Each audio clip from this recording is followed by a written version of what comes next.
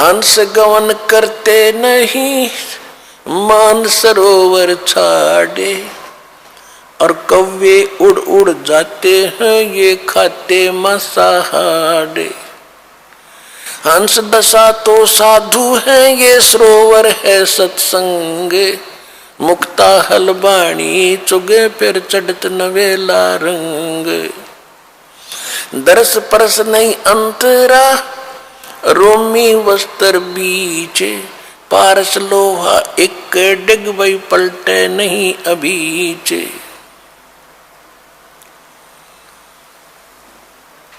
अब क्या बताते हैं कि हंस गमन करते नहीं मान सरोवर छाड़, और कौवे उड़ उड़ जाते हैं वो खाते मांसाहार। हंस किसे कहते हैं? हंस एक पक्षी है जो बुगले जैसा होता है। बुगले में और हंस में डिफरेंस देखने के लिए ये बताया जाता है कि हंस एक ही सरोवर में हंस भी होते हैं बुगले भी होते हैं। बुगले खाते हैं मछलियां या कीड़े मकोड़े, हंस नहीं खाएगा, हंस केवल मोती खाता है। दूसरे हंस में एक और गुण दिया है परमात्मा ने कि एक गिलास दूध में एक गिलास पानी डाल दीजिए और हंस के सामने रख दो। हंस में ऐसी ताकत शक्ति दी है कि वो दूध को पी लेगा, एक गिलास पानी उससे छोड़ देगा। वैसे दूध से पानी अलग होना बड़ा असंभव है और उसमें वो ताकत है। तो इसी प्रकार जो भक्त हैं जिन्होंने दूध और पानी छान लिया, जिन्होंने कीड़े मकोड़े खाने छोड़ दिए, यानी बीड़ी शराब मांस तम्बाकू ये बकवाद थी ये त्याग दी, वो हंस जैसी वृत्ति के सूचे भक्त बन गए। अब कहते हैं कि हंस गवन करते नहीं मान सरोवर छाड़, और कौवे उड़ उड़ जाते हैं जो खाते मांसाहार। यानी जो हंस है वो सत्संग को नहीं छोड़ सकते। जो कौवे जैसी वृत्ति के व्यक्ति हैं जिन्होंने बकवाद छूटती नहीं, वो सत्संग छोड़कर बकवाद करते रहते हैं। हंस दशा तो साधु है, हंस दशा तो साध है, और सरोवर है सत्संगे, मुक्ता हलबाणी चुग ये चढ़त नवेला रंगे।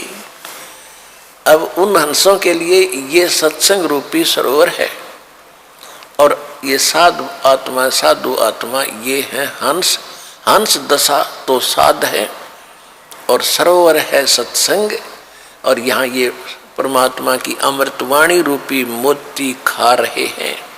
और फिर चढ़े नवेला रंग, दूना अच्छा भाव बनता चला जाएगा। जो सत्संग में आए जाएंगे डटे रहेंगे।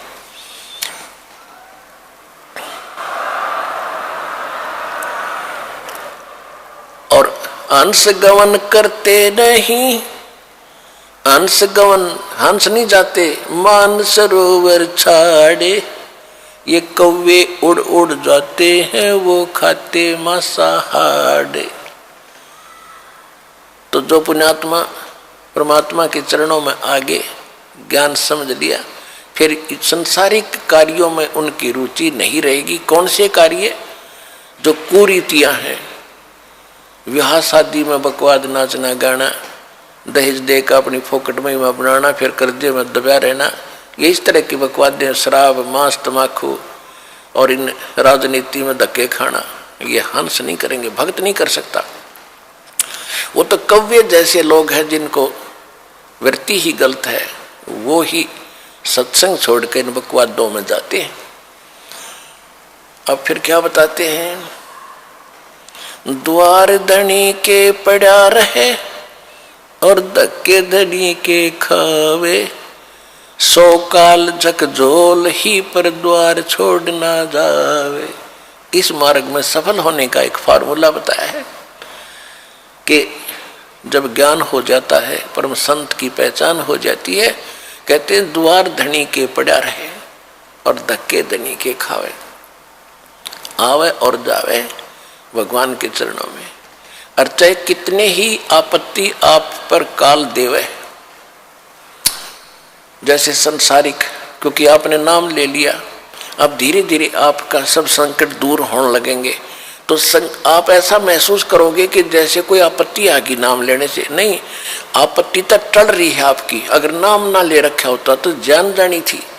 आपको कई भक्त मिलते हैं, कहते हैं जी नाम लेने के बाद मैं वहाँ से छोड़ कर आया हूँ, मेरा ऐसी कुछ तकलीफ होगी।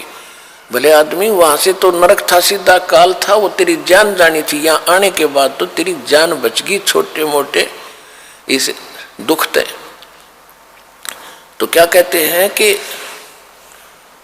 द्वार धनी के पड़ा रहे और धक्के धनी के खावे, और 100 काल झकझोल ही। काल बीच में बेशक झटके दे पर द्वार छोड़ नहीं जावे। अब जैसे आप यहाँ आते हो, सतगुरु क्या होते हैं? एक सतगुरु की उपमा ये भी है कि सतगुरु एक धोबी है और जीव है एक कपड़ा, जो संसार के कर्मों में घना मैला हो गया। अब धोबी किसी का कपड़ा धोने के लिए आता है, राजा का भी होता है, अधिकारियों के भी होते हैं। उन सभी कपड़ों को कैसे धोता था वो? पहले तो उनको जल में भिगोता था और फिर उन्हें पकड़ कर पत्थर पर मट्टा मट मारा करता, गद्दा गद, जब तक मैल ना छूट ले। इतने मुक्कियां गिल्ला लातों के साथ और फिर पत्थर पर पटक पटक मारे। तो उस कपड़े का दुश्मन नहीं है। और वो कपड़ा न्यू क्या बता, मैं तो गढ़ दिया इसने यू क्या करे। तो वो मैल निकाल रहा है आपके अंदर से, दोष निकाल रहे हैं परमात्मा।